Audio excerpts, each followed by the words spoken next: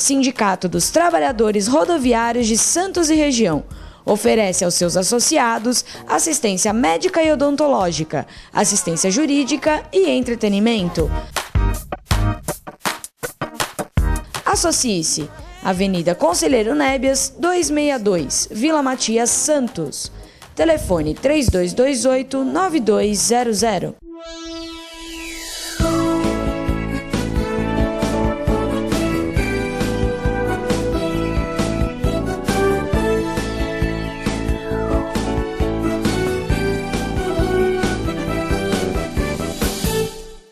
Alô, Baixada Santista, Ação em Reação chegando pela sua TV Com. Prazer muito grande em contar com a sua audiência nesta quinta-feira, ao vivo. Falando para toda a Baixada Santista e convidando você desde já a participar do nosso programa. Nesta quinta-feira, eu tenho a presença do vice-provedor da Santa Casa, Paulo Wiazowski, gentilmente atendendo ao nosso pedido. E também a presença do diretor técnico da Santa Casa, Dr. Jorge, gentilmente também atendendo ao nosso pedido, e é natural que, até ontem, viu, Paulinho, nós estávamos conversando sobre saúde pública. Eu tenho feito os debates com os candidatos à Assembleia e à Câmara Federal, e esse tem sido um tema bastante discutido aqui na nossa bancada. Primeiro, melhorar a tabela SUS, nós já até conversamos isso em outras oportunidades, não é? Melhorar os repasses do governo federal e do governo estadual, principalmente para a nossa região. Mas um dado alarmante, o governo federal, para 2015, está reservando apenas 5% do PIB para a saúde, né? Enquanto os municípios chegam a gastar 25%, 30% do seu orçamento. E o Estado um pouco mais, mas o governo federal acho que precisa começar a ver a saúde como prioridade, viu? Boa tarde e obrigado pela participação. Boa tarde a vocês que estão nos assistindo, boa tarde Augusto, boa tarde Jorge Tadeu. Eu acho que a tônica, principalmente em função do processo eleitoral que nós vivemos, nós temos que sim, a sociedade de modo geral, os formadores de opinião, temos que nos mobilizar e tratar a saúde com mais seriedade, viu Augusto? Eu acho que eu fui gestor público, fui prefeito de Mongaguá, hoje você não toca uma saúde de um município, por menor que seja, por menos de 25%, 30% de um orçamento. Infelizmente o repasse federal é muito pouco, nós ficamos muito fragilizados, e aí a gente vê que existe aqueles limites constitucionais, 15% para a saúde, 25% para a educação. Eu acho que nós temos que, essa reforma tributária é muito importante, nós temos que pensar que o Estado, nós podemos mais tratar a saúde como uma plataforma de governo, e sim como uma política de Estado, uma política que vem fortalecida de todo um planejamento estratégico. Cuidar de gente é muito importante. Eu acho que o Estado tem que saber que saúde, educação são temas a qual os governantes têm que se dedicar um pouco mais nesse planejamento. É impossível hoje você tentar fazer uma saúde com eficiência, com qualidade, com acolhimento, com humanização, com os médicos comprometidos com o cenário financeiro que nós vivemos hoje. Eu já disse isso aqui várias vezes.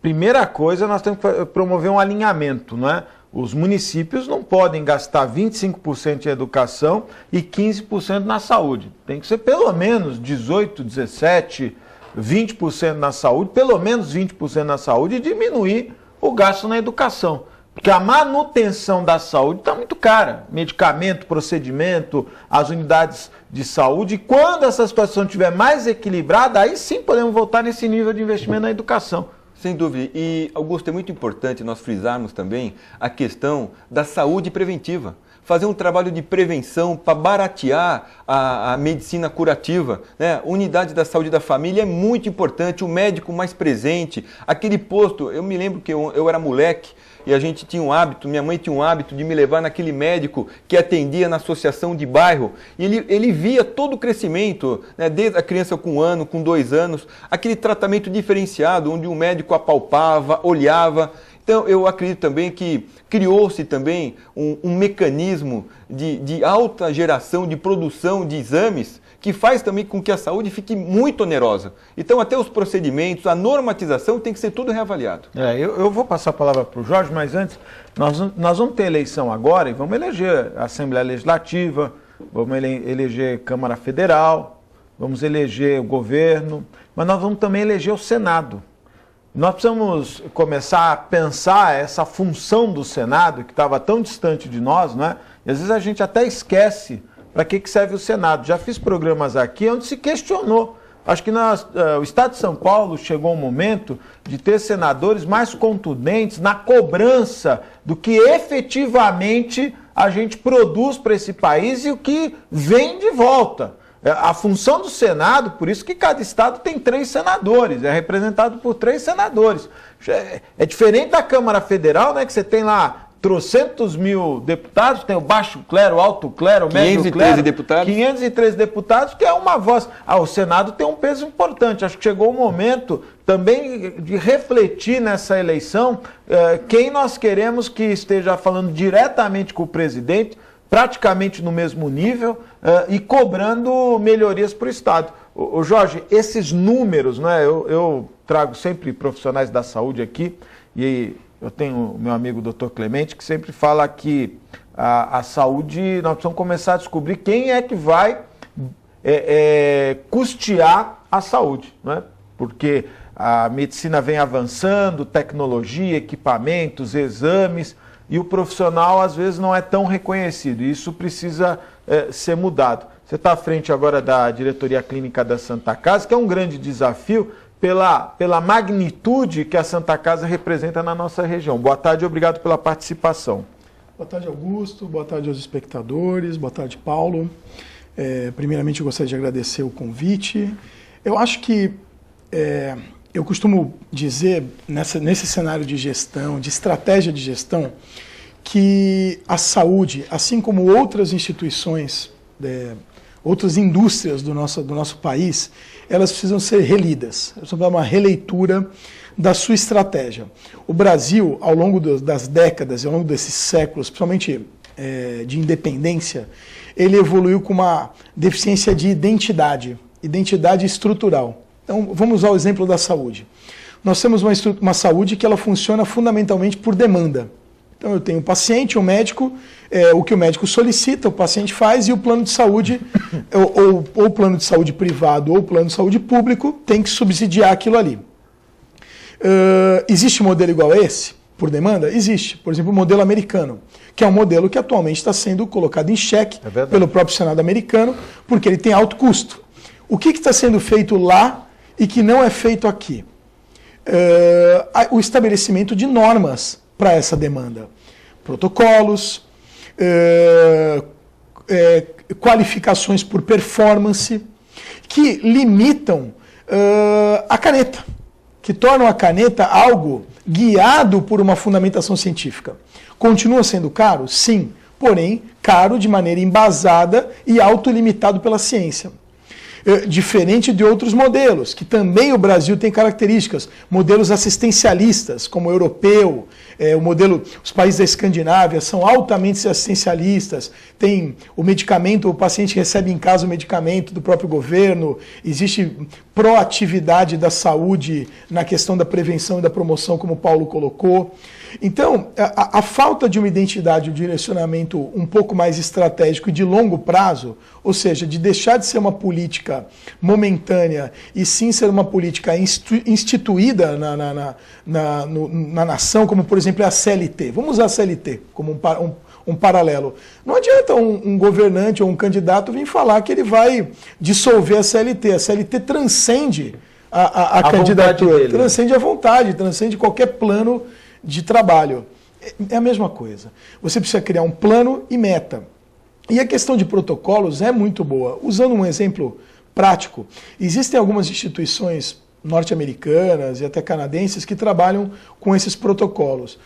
O médico ele tem o direito e a autonomia de querer fugir ao protocolo. Ele pode fazer isso. Só que ele se responsabiliza por isso, inclusive financeiramente falando. Isso começa a dar uma ideia de sustentabilidade coletiva. E, na minha opinião, uma das maiores mazelas do nosso país, e a saúde não fica fora, é a falta desse consciente coletivo. Veja, eu tenho...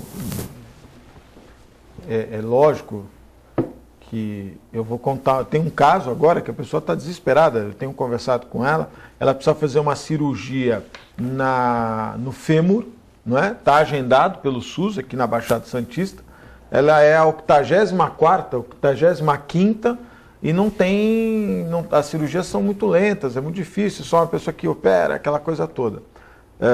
Nós precisamos mudar esse quadro, a pessoa está lá definhando, é uma situação, aí ou você entra na justiça, ou você faz alguma pressão, enfim, mas a pessoa não quer resolver.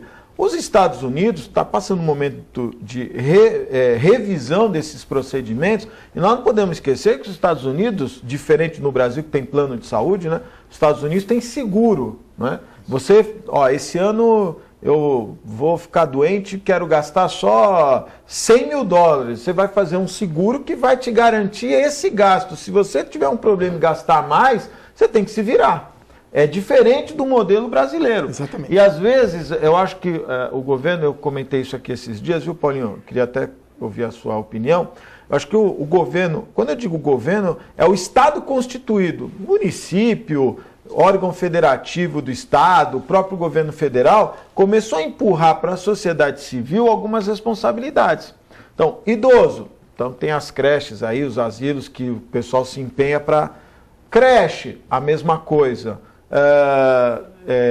Colônia de dependentes químicos, ou está ligada a igrejas, ou está ligada a alguma associação, enfim. E a saúde, eles empurraram para os planos. Quer dizer, o plano... Eu não estou fazendo nenhuma defesa aqui nenhum plano. Eu só estou fazendo uma constatação. Não adianta com um valor pequeno você achar que você tem direito a tudo, porque é uma conta matemática. Né? Se o governo não subsidia, alguma coisa vai acontecer de errado. É por isso, Augusto, que nos últimos anos houve um aumento muito grande na questão da saúde suplementar. E a gente pode ver que existe um desejo. O primeiro desejo de conquista da pessoa é a casa própria.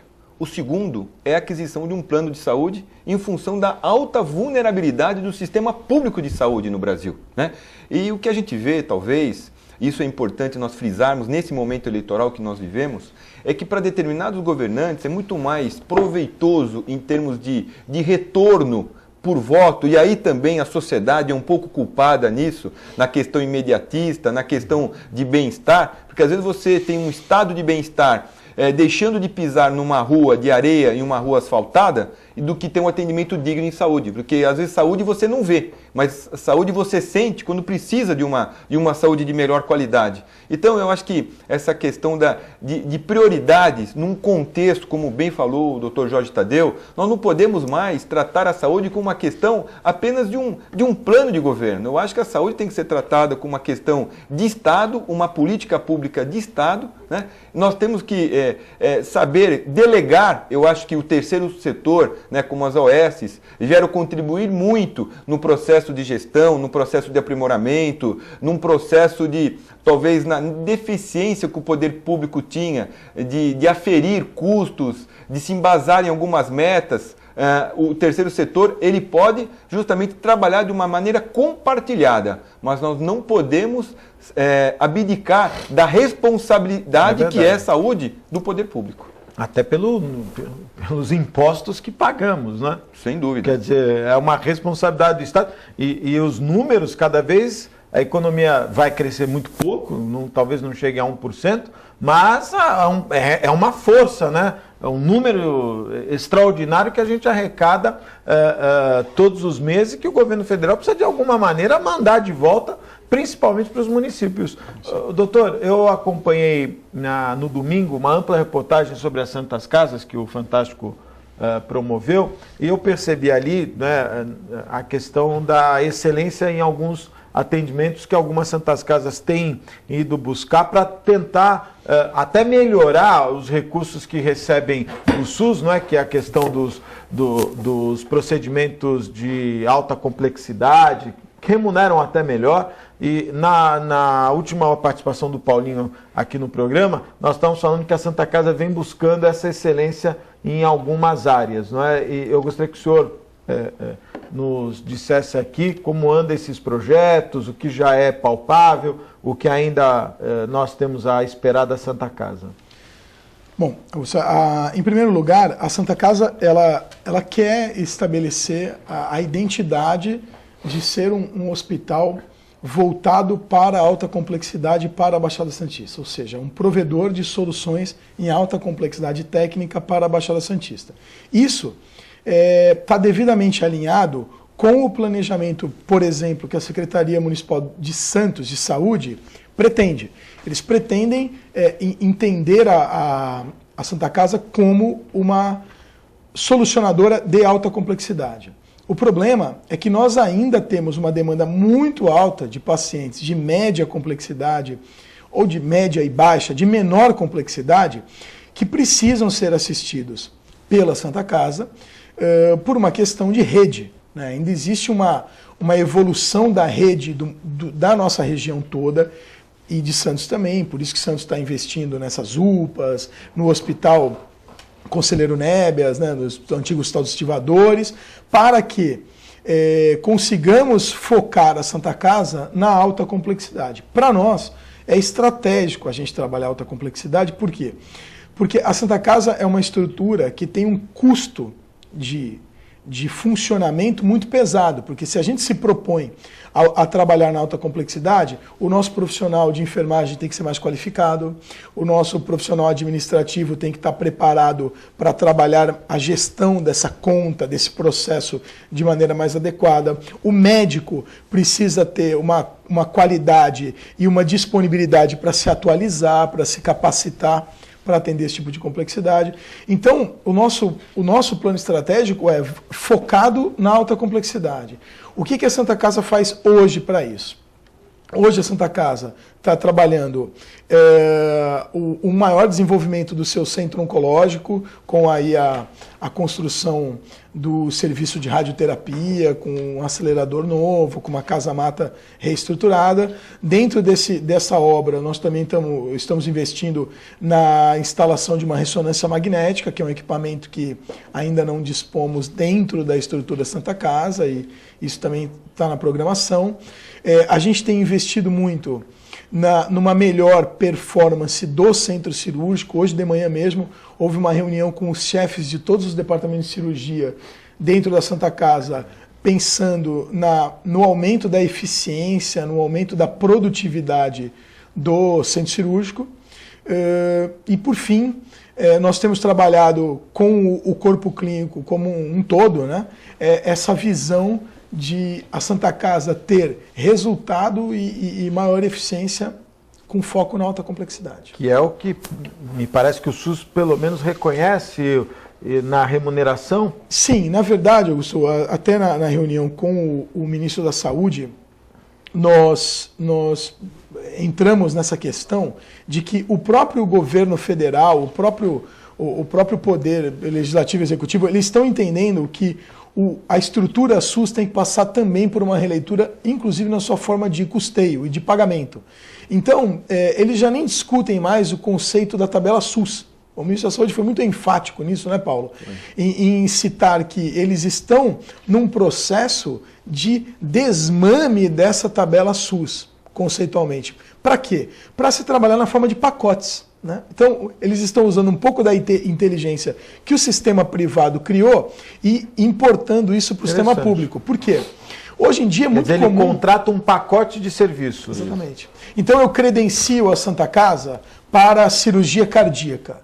E eu crio um pacote para esse serviço de cirurgia cardíaca, que pode ser um pacote por procedimento, como pode ser um pacote... Mas isso está em estudo ou na eminência de acontecer? Não, na verdade... Chegou uma hora que ninguém está aguentando mais, né, Paulinho?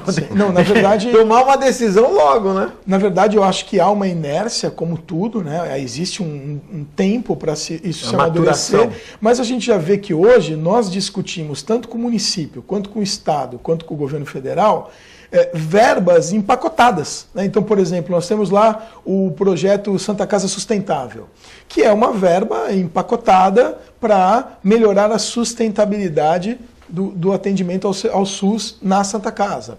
Então, hoje nós estamos negociando também, para melhorar a capacitação dos residentes, nós estamos negociando com o governo uma verba para aprimoramento de preceptores, que é algo ímpar. Antes, o serviço de residência ele era um serviço literalmente filantrópico para o médico. Por quê?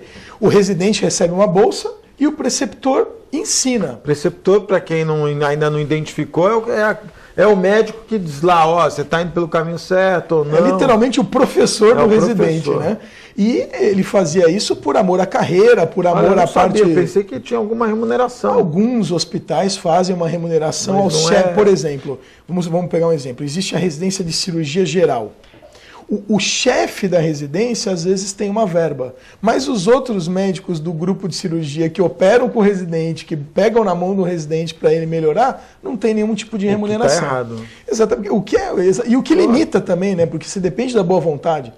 Né? Então... E você lida com o que a pessoa tem de mais valioso, que é o conhecimento. Exatamente. Então, nós estamos trabalhando aí uma verba que talvez vá melhorar muito o processo de residência médica dentro da Santa Casa, onde nós vamos poder remunerar o aprimoramento e a qualificação desses médicos preceptores. Não é um salário, mas é um subsídio a uma melhoria, a um aprimoramento científico, uma atualização num congresso e assim por diante. Então, realmente o SUS, se cumprir essa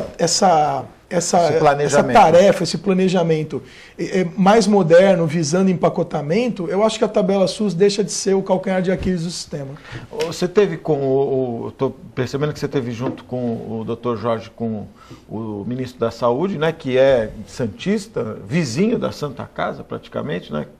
É importante porque conhece com mais detalhes os problemas da região. Foi secretário de Saúde em São Vicente, né? Tem aí uma proximidade uma muito proximidade. Foi boa a reunião? Foi excelente.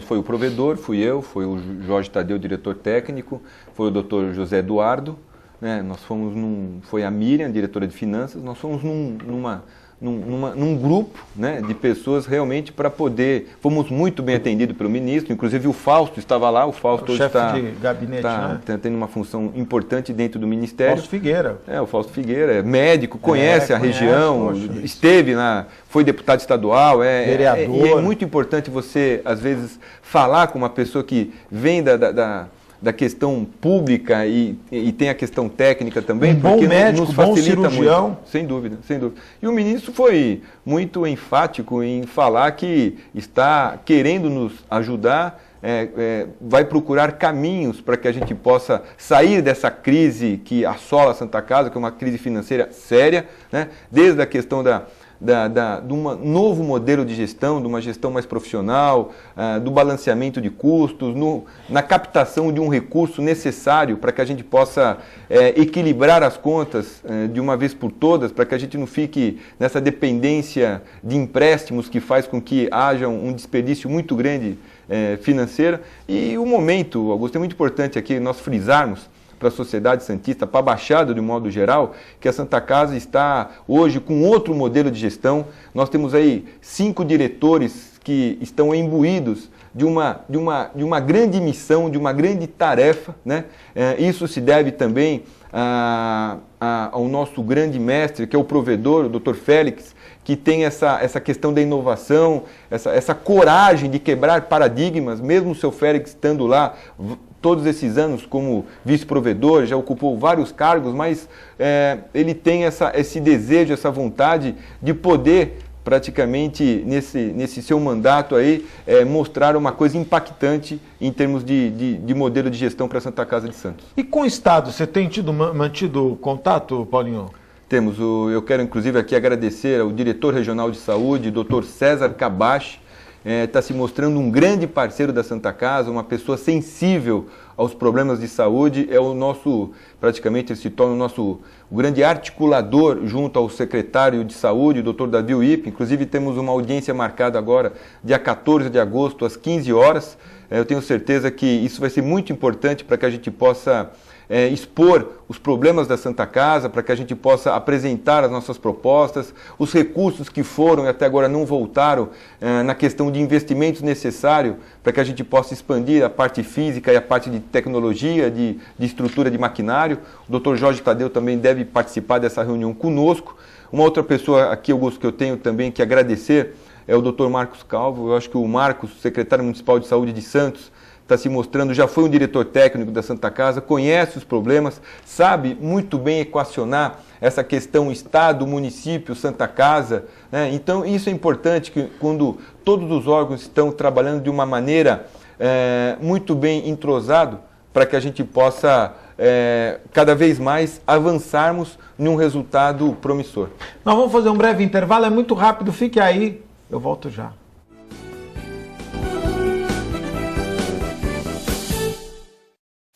Com o objetivo de atender cada vez melhor, o Plano de Saúde Santa Casa oferece a você e a sua família uma ampla rede de atendimento em Santos, São Vicente, Praia Grande, Cubatão e Guarujá. Além de contar com a melhor equipe médica e multiprofissional do litoral paulista. Plano de Saúde Santa Casa de Santos. O melhor atendimento em plano de saúde. 3226-6200.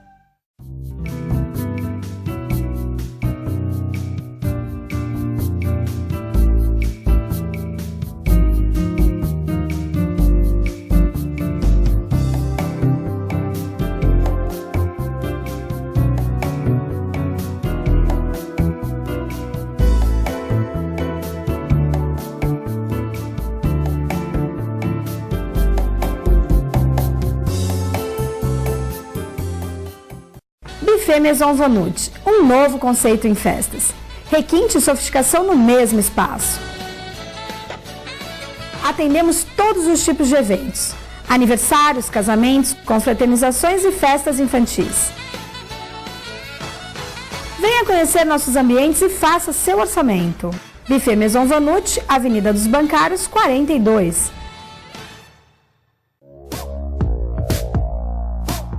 Sindicato dos Trabalhadores Municipais de Praia Grande, há mais de 20 anos levando aos seus associados planos de saúde e convênios, assistência odontológica e jurídica, curso de capacitação e outros benefícios, dando aos servidores melhores condições de trabalho e qualidade de vida. Para mais informações, acesse o site www.sindicatopraiagrande.org.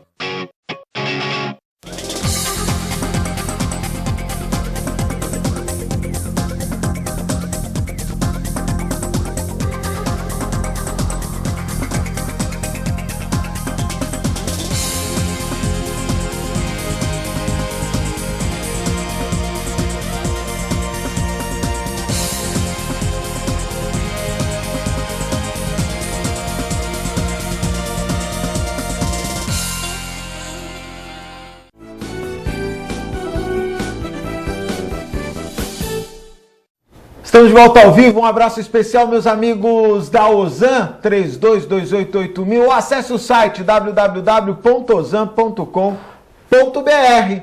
Um abraço especial ao meu amigo Fábio Garibe da Ozan, o Manolo também, pessoal lá da Ozan. Quero mandar um abraço também aos meus amigos do restaurante Boqueirão Express Grill, o Lobo Viana 89, lá da Unisanta, em frente ao Supercentro Boqueirão.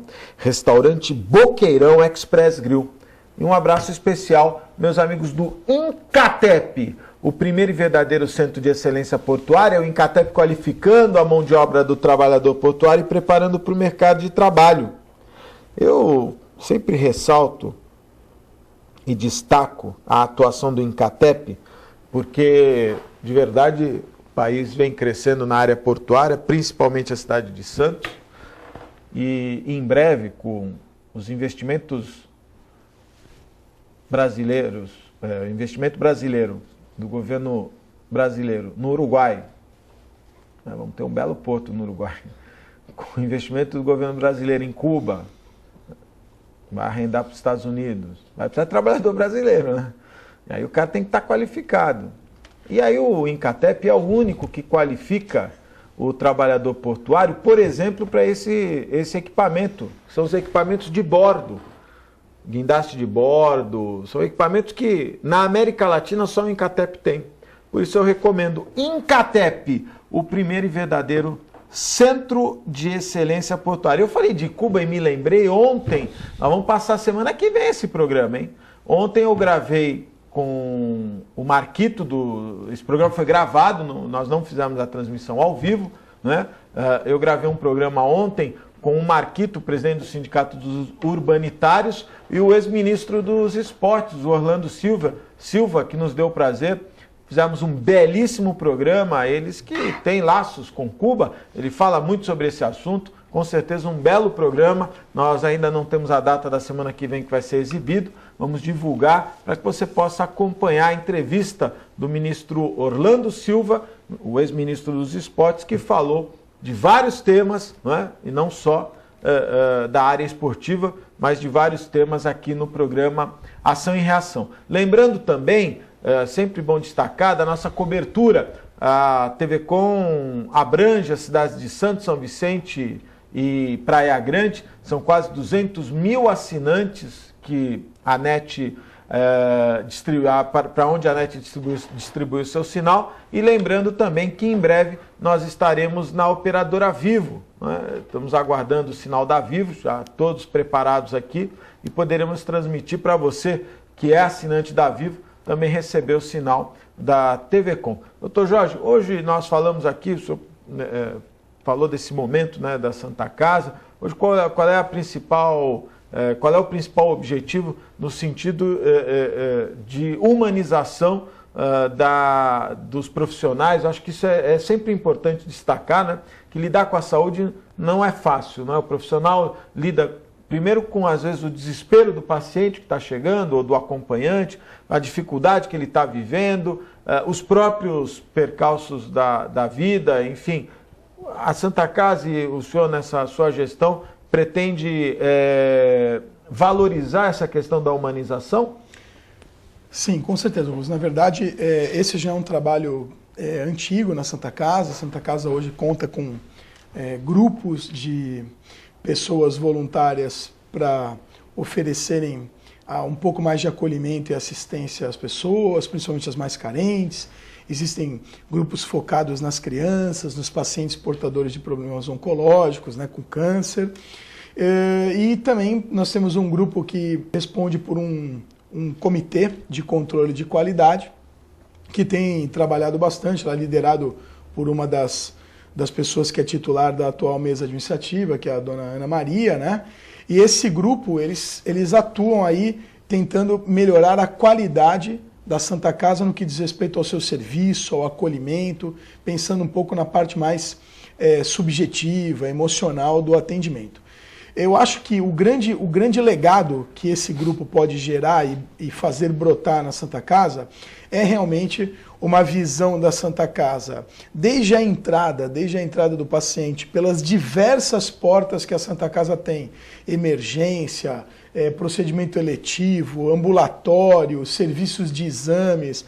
A Santa Casa tem várias portas e a gente precisa trabalhar o acolhimento com qualidade, com uma hotelaria justa, digna, limpa, para todas essas portas, para a sua estada dentro do hospital, seja para uma cirurgia, uma internação, seja o que for, assim como para o familiar, para o acompanhante, para o pai e para a mãe de uma criança, né? E isso até a saída.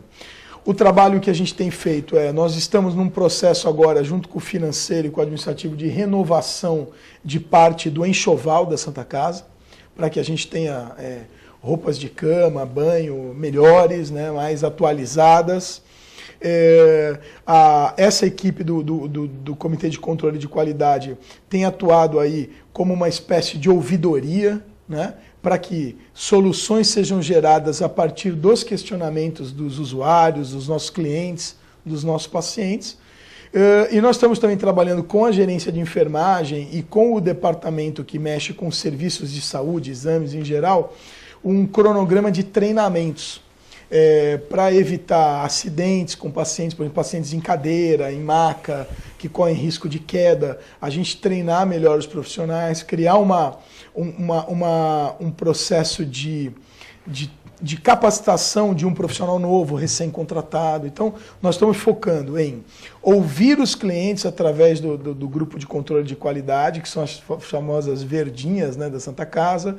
A gente está trabalhando a questão da capacitação e da integração de novos profissionais e dos antigos, e também estamos trabalhando na estrutura de hotelaria para evoluir com um pouco mais de acolhimento. Paulinho, na segunda-feira, muita gente sabe, né, que eu sempre tenho dito aqui as notícias da Santa Casa, muita gente me ligou preocupado, preocupados com a matéria que o Fantástico exibiu, que fez uma radiografia, né, das Santas Casas e que, com raríssimas exceções, passam por dificuldades, né? A gente tem números aí que mostram que cada vez vem diminuindo mais esse atendimento filantrópico. E muita gente me perguntou como é que está a situação da Santa Casa. Preocupados, né, com essas notícias, essas matérias, né, e também sabendo da dificuldade que todos os anos a Santa Casa tem de conseguir fechar os seus números. Eu não sei se você também foi questionado pelas pessoas quanto a essa matéria, que deixou não uma luz amarela, deixou já a luz vermelha, né? Acendeu lá um... Augusto, é importante nós deixarmos aqui a vocês que estão nos assistindo, a população santista, a Santa Casa ela vive um momento financeiro difícil, como todos os hospitais filantrópicos, né, de benemerência, mas a Santa Casa ela tem ainda todo um aparato muito forte em termos de patrimônio. Nós temos um patrimônio muito grande, um patrimônio expressivo, que é quase que 4 vezes o valor da dívida hoje da Santa Casa, e o que nos deixa até satisfeitos, e a gente, quando é importante nós compararmos, se você hoje vai à Santa Casa de Santos, você vê a limpeza, a organização, né, os funcionários todos uniformizados, né, existe ainda um comprometimento e um respeito muito grande. A Santa Casa ela passa por um problema financeiro, mas nós não podemos comparar a Santa Casa de Santos como outros hospitais filantrópicos, que houve realmente um descaso com o dinheiro público, houve um descaso de má gestão, de superfaturamento, de desvio de verbas, né? A Santa Casa ela sempre primou por essa seriedade, por essa transparência, por essa satisfação que ela presta todos os anos na nossa revista do Balanço Social. Então é importante nós falarmos da solidez que existe a Santa Casa, inclusive ainda com um plano de metas arrojado para o ano que vem, né? Nós estamos aí desenvolvendo alguns projetos interessantes que devem passar junto à mesa dos conselhos, né? Que é criarmos aí um Santa Casa Medical Center, um prédio de frente à Santa Casa, inovarmos em termos de hotelaria, modificarmos também a questão do nosso patrimônio para que a nossa receita possa aumentar, ter um plano de saúde bem mais explorado na sua parte comercial em termos de uma expansão, onde o resultado disso vem trazer um benefício financeiro e econômico importante para dentro da Santa Casa. Enfim, eu acho que a Santa Casa de Santos ela é uma instituição séria, uma instituição sólida, uma instituição ainda que tem pessoas imbuídas para lidar com o ser humano nessa questão da saúde. É lógico que a gente sabe que essa dificuldade no que se gasta com a saúde, do que se recebe, principalmente no atendimento do SUS, é o grande calcanhar de Aquiles, né? Isso é que precisa... Esse desequilíbrio, né? E os municípios, eu já cobrei aqui uma ocasião a participação mais efetiva de todos os municípios, porque vocês têm atendimento até do Vale do Paraíba, vem gente de Sorocaba, sabe que o atendimento é bom na Santa Casa, do ABC tem vindo muita gente. ABC, registro... Que coisa, né? Augusto, importante você falar, nós temos que hoje falar que temos que elaborar um plano de desenvolvimento estratégico para a saúde. É verdade. Não temos mais, não tem como o Paulo Alexandre tratar a saúde de um jeito, o Mourão na Praia Grande tratar de outro. Nós temos o Condesb aí para justamente colocar essa pauta numa saúde metropolitana, né? A questão de um hospital, estamos falando de um hospital regional agora em São Vicente, nós temos aí investimento no Santo Amaro, nós temos um déficit de leitos de mais de 1.000 leitos para a região.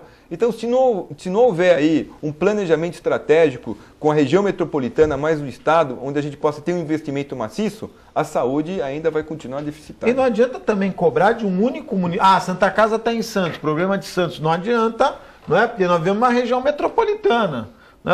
Todos são participantes desse problema, né? Não, e bem falou o Dr. Jorge Tadeu na questão de você criar uma identidade. A Santa Casa é um hospital de alta complexidade. Vamos deixar a alta complexidade dentro da Santa Casa e a média e a baixa, aí sim nós podemos pulverizar e criar outros núcleos para atender esse tipo de assistência médica. Eu queria entrar em 2 temas, começar com o primeiro que tem a ver com o Dr. Jorge, que é o diretor técnico, que eu tenho batido muito nessa tecla, que é a questão dos acidentes de moto, né? Hoje, e a grande maioria entram pelo SUS, e que demandam um investimento muito alto, né? E se o próprio motoqueiro não dá valor para a vida dele, né, eu penso dessa maneira, desculpem aqueles que discordam, mas se o cara, né, que faz tanta coisa errada no trânsito não dá valor para a vida dele, muito menos o próximo vai dar valor, né? A primeira pessoa que tem que dar valor à sua vida é você mesmo. E a gente vê casos e mais casos de acidentes de moto que, se colocar na ponta do lápis, estão onerando demais o sistema de saúde pública. Com certeza. Na verdade, o custo Brasil para o tratamento e reabilitação de vítimas de acidentes violentos, e aí a gente coloca a motocicleta, um deles, principalmente os atos imprudentes, mas também os acidentes automobilísticos maiores, como os acidentes entre caminhões e ônibus nas nossas estradas e as outras mortes por violência. Principalmente a motocicleta urbana é assombroso. É um problema muito grande. Se a gente pegar São Paulo, a quantidade de mortes, não só de acidentes, mas de mortes por acidente, morre praticamente um motociclista por dia em São Paulo. Já foi até maior do que essa. Já foi mais do que um por dia, né? Você imagina quantos... E o custo é muito alto, porque as lesões são graves. Existe um outro custo que a gente não está muito habituado a estudar no Brasil, mas que em outros países um pouco mais amadurecidos já se faz, que é o custo, é a perda que se tem por aquele motoqueiro, porque ele é um sujeito numa idade profissionalmente muito ativo, ou seja, ele tem muito a produzir para contribuir para a sociedade, e a perda da funcionalidade daquele cidadão gera um custo também, gera não é uma despesa, porque alguns casos chega mais de um ano, né? A parte da saúde é despesa, o outro é custo, né? Na verdade, existe mais de um ano e existem pessoas que perdem a função para sempre, né? O sujeito que sofre uma amputação porque a moto caiu em cima da perna dele, ou porque ele bateu num lugar. Ou aquelas gaiolas, né? Uma fratura próteses, exposta. enfim. Exatamente. Então, Augusto, existe uma conta da despesa gerada pelo acidente e existe uma conta do custo gerado pelo acidente. Eu já contei um exemplo aqui, vou ser repetitivo. Um amigo meu sofreu um acidente de moto, ele estava parado, se assustou, caiu, a moto caiu na perna dele e teve uma fratura do fêmur, gravíssima, levou 2 anos para se recuperar. Eu fui visitá-lo na Santa Casa. Na idade ativa não tinha plano, né? Estou bem de saúde, aquela coisa toda. Ele estava no SUS. Tinham 50 pessoas na ala. 45 acidentes de moto. Tinham 3 idosos, eu estou rindo porque é trágico, né? 3 idosos, 2 pessoas lá por qualquer outro problema. De 50, 45 era acidente de moto. Então, assim, o que preocupa muito, exatamente, número, porque né? O que preocupa muito é porque o acidente gera uma despesa que vai ter um prazo, que é o prazo terapêutico, né? O acidente gera um custo que é, muitas vezes, até a expectativa de vida daquela pessoa, 70, 75 anos. E o acidente gera uma perda de receita para a família, para a sociedade, para a nação como um todo. Ou seja, são 3 evasões de resultado frutos de um ato. Mas nós temos que começar a pensar, o poder público precisa começar a pensar em campanhas de prevenção, porque está demais. Em Santos, então, se não tem sinal vermelho, não tem faixa de pedestre, não tem contramão, não tem nada. Os motoqueiros liberou geral. Eu percebo isso todos os dias na rua. E olha, Augusto, e não é só moto. Hoje nós temos aqui a região, ela tem uma alta densidade de bicicletas. Bicicleta, é verdade. Nós temos as ciclovias, que é importante, mas às vezes a gente vê aí também a imprudência ou o despreparo de algumas pessoas andando de bicicleta, não respeitando o trânsito, não respeitando o pedestre. Então isso que... E o Jorge, ele pode falar ainda com mais precisão. Se eu não me engano, a Santa Casa de Santos é a segunda do estado em termos de atendimento de trauma, não é, Jorge? Sem dúvida, porque, na verdade, a gente, por ser uma referência de alta complexidade de uma região metropolitana muito grande, né, a gente é referência para o SAMU de massa, porque o que acontece? Às vezes o paciente está em São Vicente, mas a complexidade do acidente dele não permite que ele seja atendido no hospital regional, então ele tem que ir para essa casa. Então, existe uma drenagem, a própria ortopedia municipal do PS Central, ou seja, os traumas que entram no PS Central de Santos, eles são drenados para cirurgia para dentro da Santa Casa. Então, nós temos o chefe do serviço de ortopedia da Santa Casa, ele vai todos os dias no PS Central fazer o trabalho de derivação dos pacientes de trauma do PS Central para a Santa Casa. Então, nós somos a segunda e assim, dependendo da evolução da estrutura... Desculpa a interrupção. Isso acontece pela proximidade dos prédios? Não. Se fosse em outro local, ele iria para Santa Casa. É uma estrutura organizacional. Okay. Por exemplo, se o PS Central mudar para a UPA, vai continuar a mesma coisa. É um convênio. É um convênio. Então, a gente é uma referência muito grande. E assim, eu ouso dizer que, dependendo da evolução que houver na cidade de São Paulo, capital, com cada vez a maior aporte de verbas para o Hospital das Clínicas, e menos para outros hospitais públicos, inclusive para a Santa Casa de São Paulo, que a gente viveu aí, né? Eu ouso dizer que, como Santa Casa, nós podemos muito em breve virar o maior serviço de trauma do estado de São Paulo. É que ainda existe um serviço de trauma na Santa Casa de São Paulo enorme, com uma residência excelente, uma das melhores residências de trauma do Brasil, mas é uma questão de verba, é uma questão de subsídio. E é o que a gente está vendo, né? Aí, né? Existe um equipamento do Hospital das Clínicas muito grande. Agora, Paulinho, é isso que você colocou, né, dessa tentar atrair, né, o interesse dos municípios em participar mais diretamente. Eu me recordo que, isso o Dr. Jorge até acompanhou, na época a Santa Casa tinha uma radioterapia, profissionais maravilhosos, o Dr. Nascimento, um profissional muito bom, mas a parte de equipamentos estava muito aquém. Aliás, a Baixada Santista, apesar de ser o maior índice de per capita de casos de câncer no Brasil, até 2, 3 anos atrás, tinha um atendimento de radioterapia, por exemplo, muito aquém das necessidades. Curiosamente, né? Questionável até, né? Questionável, né? E, de repente, graças a Deus, houve essa mobilização, a Benê criou lá o seu espaço, a ISO. Até 2 anos atrás, se eu não estiver enganado, nós não tínhamos um PET scan, né? Um equipamento que faz lá a radiografia mais completa do paciente. Mas, enfim, eu me recordo que, na época, houve um envolvimento de vários deputados estaduais com emendas e partiu, primeiro que deu uma emenda na época de 1,5 milhão foi o Paulo Alexandre, né? Como deputado estadual, ele, junto lá com a Fernanda Vanucci, minha esposa, ele se incumbiu de dar 1,5 milhão. E eu faço aqui um depoimento em defesa do Paulo, porque num primeiro momento só o Paulo se sentiu sensibilizado. Foi o único deputado estadual que se sentiu sensibilizado.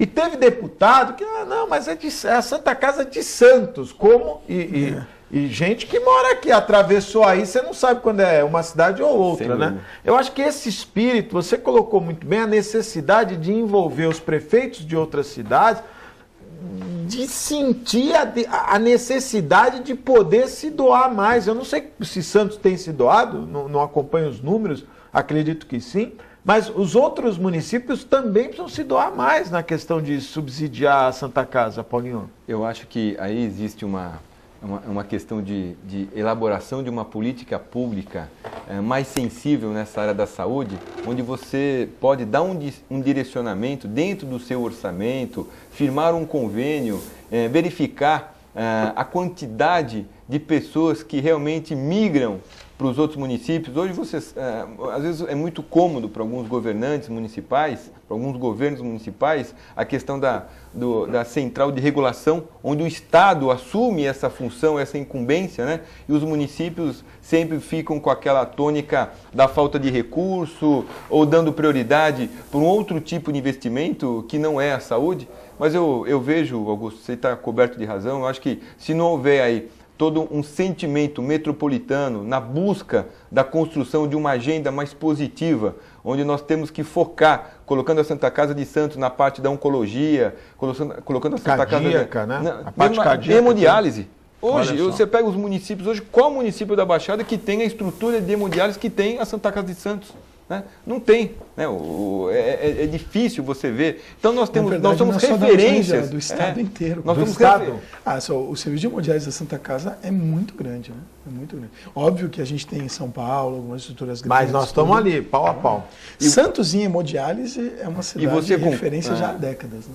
E outra, Jorge, concorda que para o paciente sair de Peruíbe para vir fazer uma hemodiálise em Santos é muito difícil. Vem de Kombi, né? Vem de Kombi, mas o que eu digo é o seguinte, e hoje, a questão da hemodiálise, você pode ter uma descentralização de tentar fazer uma hemodiálise lá, ou tentar criar um sistema de quimioterapia também, que às vezes a pessoa vem fazer quimioterapia aqui. Então eu acho que nós temos que ter uma estrutura adequada dentro da Santa Casa, mas nós temos que pensar na questão do bem-estar do paciente também. Está funcionando a casa, eu me lembro que na época da quimioterapia da Fernanda, tinha uma dificuldade que vinham as combis, as peruas, não é? De cidades, a pessoa fazia a quimioterapia 6 horas da manhã, por exemplo. E ela tinha que esperar o companheiro lá dela, também lá que estava junto no carro, que era um outro horário, e o outro, até lotar a Kombi. Então, às vezes, a pessoa fazia a quimioterapia às 6 horas da manhã e só ficava liberada 1 hora, 2 horas da tarde. E esse período não tinha onde esperar. E a quimioterapia... Então, eu lembro, na época, a Fernanda levou essa demanda para o Paulo também, e junto com a Santa Casa, com o provedor, Manuel Lourenço das Neves, se criou um ambiente para as pessoas ficarem lá aguardando. Ainda existe esse ambiente? Existe. A gente está agora querendo criar, até ampliar esse conceito de ambiente, por exemplo, criando uma sala de alta também. Ou seja, o paciente que às vezes sai, está de alta, mas, por exemplo, está lá ele e a mãezinha, e vai ser um tio que vai vir buscar de carro, isso Entendi. Demora. A gente quer criar um ambiente Isso também que interessante. otimize isso aí, para dar um pouco mais de acolhimento na saída. Né? É importante a humanização, né? Quanto menos impacto. Eu fiz um programa essa semana com o Cirino, e o Sindapote, são 4.000 funcionários que são atendidos pelo plano de saúde da Santa Casa. E ele estava dizendo, eu não gosto de ir ao hospital porque é o clima, não é? Tem esse ambiente, ele diz lá, às vezes tem associado que está lá, mas, e por incrível que pareça, o Sindaporte tem um grupo de trabalho já há muitos anos, que quando tem um associado que está hospitalizado, ou por algum problema da idade, ou por um acidente de trabalho, enfim, esse grupo vai lá. Você conhece esse grupo? Conheço. Os caras vão lá e trocar ideia, conversar, levar ânimo para o paciente. E eles também eles têm um né? serviço social também muito ativo, que também atua de assistente social, tudo. É verdade, eu lembro desse trabalho. Eles têm o Sindaporte nisso, o Cirino mantém... Corintiano, né, Paulinho? Olha, só podia dar certo, pô. Não, mas você sabe que esse trabalho de acolhimento de algumas entidades é importante. A própria maçonaria, a Santa Casa acaba dando uma credencial para algumas lojas maçônicas, justamente para franquear a entrada e fora de horário, para justamente dar esse acolhimento às famílias internadas. Que hoje já se discute muito isso, né, doutor Jorge? A participação do familiar, lógico, com regras, né? Mas no tratamento, no cuidar do paciente. Sim. Antigamente isso não era muito bem visto, né? O cara tinha que ficar sozinho lá. Na verdade, eu fiquei numa UTI 7 dias e eu estava lúcido, né? Então, um dos meus prazeres era a hora que alguém vinha me ver, pô. Não é? É verdade. Mas sabe que... tinha umas auxiliares de enfermagem muito bonitas, mas o melhor momento é quando a minha família ia me ver. Esse processo de humanização, ele tem até base científica, né? Hoje, já existem no Brasil algumas UTIs classificadas como UTI humanizadas, onde o paciente fica com um parente 24 horas por dia. Né? O Sírio-Libanês tem isso, o Albert Einstein tem, alguns hospitais do Oswaldo Cruz, porque já tem algumas alguns trabalhos que mostram que capacidade de recuperação, É maior. padrão hormonal, resposta hormonal do paciente muda. Então, são trabalhos que já fundamentam em números o resultado da humanização de uma unidade que até décadas atrás era uma unidade onde o paciente era melhor a família nem ir. Nem né? ir. Não precisa ir não, deixa ele melhorar, né? E outra coisa, o cara entrou na UTI e vai embarcar, né? Tinha aquele sentimento que a pessoa Pegou estava na a UTI senha. porque estava no Viu? fim, Porra, né? vai embarcar. É. Olha, o meu pai, cara, meu pai entrou uma vez na UTI com a pressão 0,0. Um negócio assim fenomenal. O médico chegou para ele e falou assim, chegou para minha mãe, eu não estava junto, chegou para minha mãe e falou, olha, fez assim, ó. Quer dizer, cara, aí a pessoa te pergunta, onde está? Tá na UTI, o cara já fica, ai meu Deus, né? E meu pai tá aí, 77 anos, enchendo o saco todo dia, tranquilão. Tá melhor que você, né? Tá melhor que eu, pô. Compressão. E a pressão dele é baixa, é normal, mas com uma pressão. Quer dizer, a UTI mudou muito, né? Até porque os recursos da medicina avançaram demais, os equipamentos deram mais. Hoje em dia você convive aí com... Tem resultados de unidade de terapia intensiva mais avançados, inclusive no Brasil também, com taxas de mortalidade de 15%, assim, muito baixo, né? Muito baixo, mesmo cuidando de pacientes complexos. Na média, o Brasil ainda tem muito a melhorar. A minha formação de base como médico é terapia intensiva, né? Eu fiz especialização em medicina intensiva. Na média, o Brasil ainda tem a melhorar muito, mas existem centros de excelência de terapia intensiva com resultados altamente desenvolvidos. Se o governo começar a distribuir pelo menos o que alguns países na própria América do Sul destinam para a saúde, né? A Argentina alguma coisa em torno de 8% do PIB, se melhorasse isso, ia melhorar muito a saúde, né? Eu acho que o Brasil, para conseguir melhorar na saúde, vai ter que entrar nos 2 dígitos aí, vai ter que pelo menos chegar a 10% do PIB. Não, realmente fica... Não tem jeito. Doutor Jorge, muito obrigado pela sua participação, viu? Obrigado. Quer deixar aqui um abraço, algum recado? Não. Eu gostaria de agradecer mais uma vez a oportunidade, falar que a Santa Casa está sempre aberta aí para conversar, para falar sobre a sua realidade, ser transparente.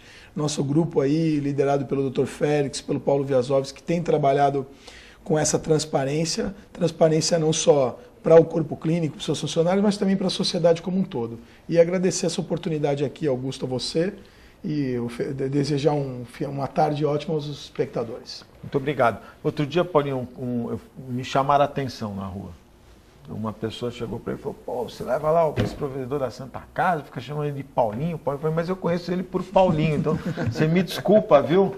Eu tentei explicar para a pessoa, mas ela não, mas é respeito, hierarquia. Eu falei, não, mas eu conheço ele como Paulinho, vai ser difícil mudar. Obrigado pela participação, viu, Paulinho? Eu que também quero agradecer a oportunidade, falar também da nossa satisfação e poder ter um quadro de diretores hoje na Santa Casa extremamente técnico, profissionais de alto gabarito, que vão nos ajudar aí a enfrentar todo esse momento que a Santa Casa vive. E agradecer em público aqui o Augusto, a própria Fernanda, que sempre colaborou muito com a Santa Casa, sempre nos dá essa oportunidade de falar um pouco sobre saúde, nesse processo de transparência, de participação. Obrigado a todos, fique com Deus. Muito obrigado, viu? Paulinho, você é palmeirense, né? Porque domingo vai... Você é santista, João? Domingo... Será que o Robinho joga? Ele jogou ontem, ele... Treinou, né? Treinou, né? Futevôlei na praia. Já é alguma coisa. Agora, domingão, vamos ver. Nós perdemos pro Bahia. Ontem... Que iluminação, né? Você assistiu o jogo? Nem um pedacinho? Não. Eu vi. Que iluminação, né? Eu tenho falado isso aqui, impressionante, parece dia, né? Uma coisa impressionante. Muito obrigado a você, telespectador. Nós estamos indo embora, mas voltamos amanhã, às 1h30 da tarde, ao vivo, aliás, às 1h15 da tarde, ao vivo, direto aqui dos estúdios da TV Com. Um forte abraço e até amanhã, se Deus quiser, e Ele há de querer. Tchau.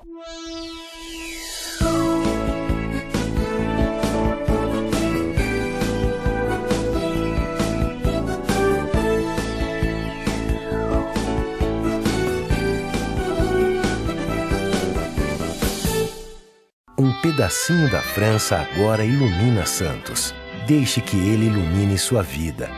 Ville de France, do Grupo Mendes. Mais um sucesso pronto para morar. Espaço, conforto e requinte para você viver todo o charme europeu.